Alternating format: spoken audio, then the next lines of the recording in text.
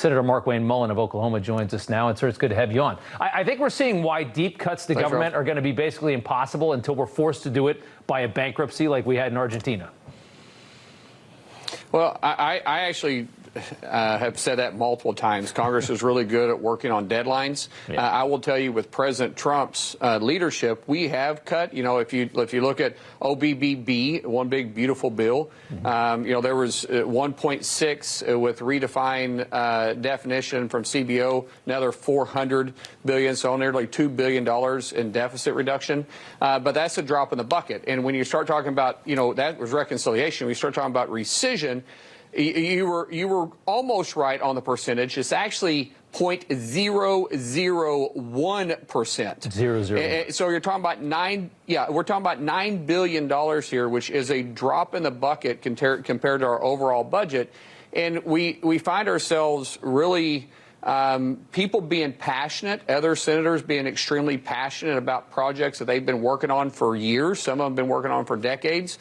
One thing we're not really getting pushback a lot is NPR. Thank goodness. You know, NPR is a complete liberal taxpayer media outlet that we need to get rid of. But when you start talking about PBS, some of the local programs, there's been a discussion about this. When you start talking about PEPFAR, there is an issue that some people that's really involved in our DOC caucus and our healthcare caucus are very passionate about some of this stuff.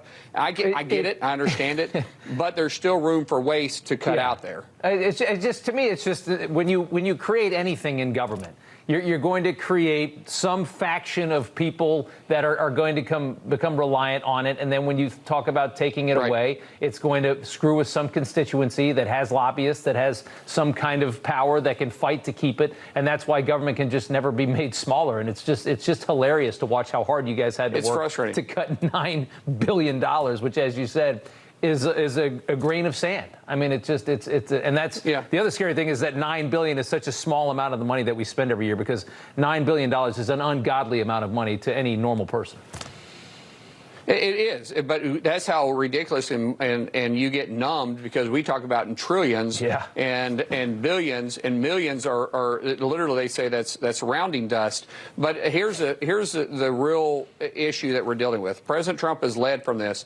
It's time to make America great again by putting America first. And putting America first means before we start giving generous dollars away, we need to make sure that we're physically able to be able to do it, right? And so when we start talking about that, we are $37 trillion in debt.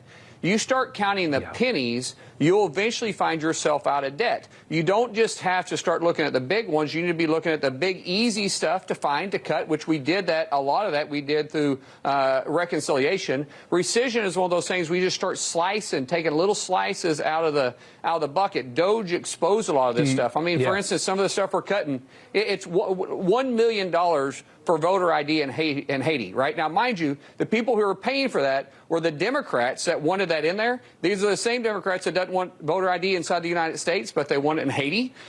You start talking about $3 million for Sesame Street in Iran, who chants death to America. Everybody's heard this ridiculous, wasteful spending. Doge exposed all of that. Rescission is a way that we can take a lot of this out. And the other way we can take it out is through appropriations too. But I don't know. For some reason, we're getting hung up with each other, fighting our way through this. It's a frustrating process to watch, because I think the Americans, especially MAGA voters, just want to see that thing cut in half, and it's nearly impossible to do. I got 10 seconds left, though.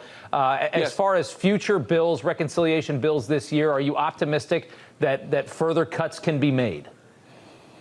I am. We've already been in talk with the White House. I actually visited with the White House this morning at about 7:30 this morning. I was over there talking with them about another rescission package. There's some great ideas. We're not ready to roll those out yet, but all of it is about cost savings and about solidifying what President Trump has did. Remember, with the border, we got to solidify the stuff he did with executive orders. We made it into law through OBBB to make sure we secure our border. We can continue to do that with some of his economic plans, and we can do that through reconciliation moving forward. So we're already on the track, having the conversation to have another slice of the apple. We got 2 more slices if we're able to get it done in this Congress alone with reconciliation. Okay. Senator Markwayne Mullin, thanks for the time. We appreciate it. Thanks, brother.